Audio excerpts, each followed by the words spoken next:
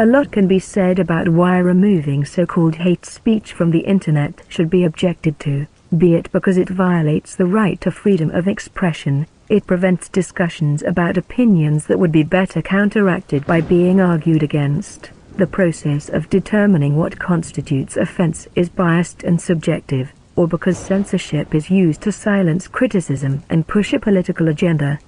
These are all valid and important contentions, but most people seem to agree, or at least are willing to concede, that removing actual threats of violence is legitimate.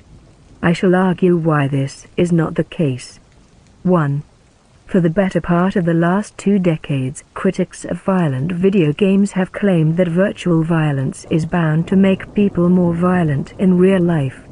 While this may be intuitively agreeable, study after study has shown there is no correlation between playing video games and propensity for committing crimes. It has to be pointed out that violence in the media does increase the level of aggressiveness and desensitize consumers, but not to the degree that they would actually harm others.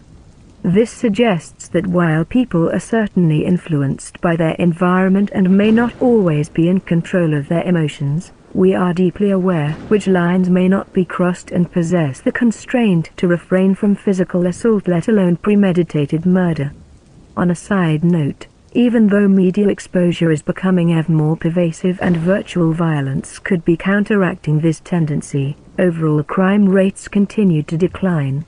Producing verbal threats on the internet may not be quite the same, but in light of the previous fact, it is entirely reasonable to assume just because a person is willing to threaten while believing to be anonymous on the internet, this does not increase the likelihood of them going through with it. Further, no one debates this, and everyone knows from first-hand experience that both anonymity and the internet in general are huge factors in decreasing inhibitions. Actually going out and physically harming another human is on a psychological level a different matter entirely. In general, it is safe to assume that people are not easily compelled to engage in violence unless they already have that mindset. This should be readily apparent when you think about trying to talk someone into committing murder.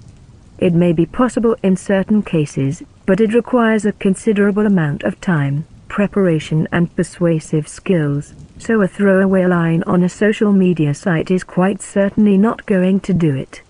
In practice, people change their mindset due to events they witness and interpret within the complex interactive system that is society. The belief that an immigrant shelter should be burned down or a school needs to be shot up arises in a person as a result of many not easily identifiable influences. It is not incited by a threat made by someone else. 2. Laws banning the incitement to criminal acts undermine the autonomy of the individual. There are already laws in place to punish actual crimes, and whoever commits one is held responsible for their own actions.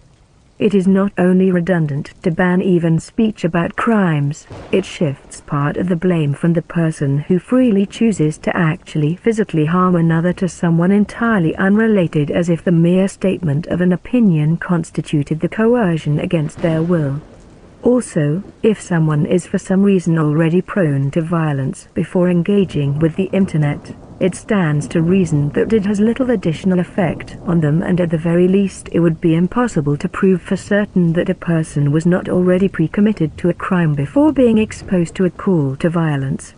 It is nonsensical to claim the internet cannot be a place of lawlessness when there is no one actually being hurt on there. The internet is not for small children, and if an adult cannot handle being exposed to crude comments, they are in the wrong place. There are lots of age-restricted places and situations in the real world. Trying to turn the internet into a toddler-friendly safe space out of a sense of entitlement is plain embarrassing, and of course impossible. 3. Arguing for dummies. Everyone I don't like is Hitler. The all too common practice of trying to discredit the opposition by silencing them without actually addressing their arguments does not make you right or give you any sort of credibility. This practice is rampant everywhere, not just on the internet, and it's even less likely to be pointed out as hypocritical dishonesty when someone does not present arguments. But the reasonable reaction to random threats on social media sites is not to call them names, but to show why they are wrong.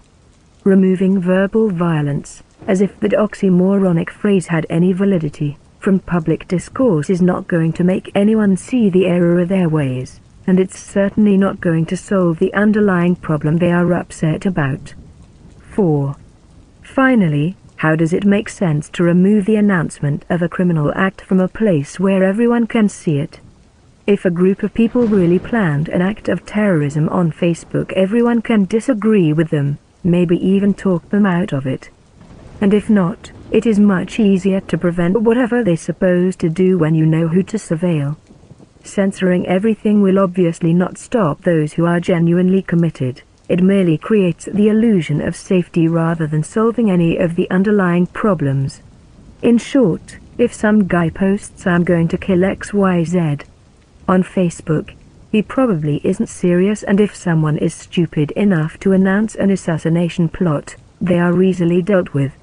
Comments in the vein of "XYZ should be shot" are likewise not to be taken as serious threats or actual propaganda that is likely to incite violence.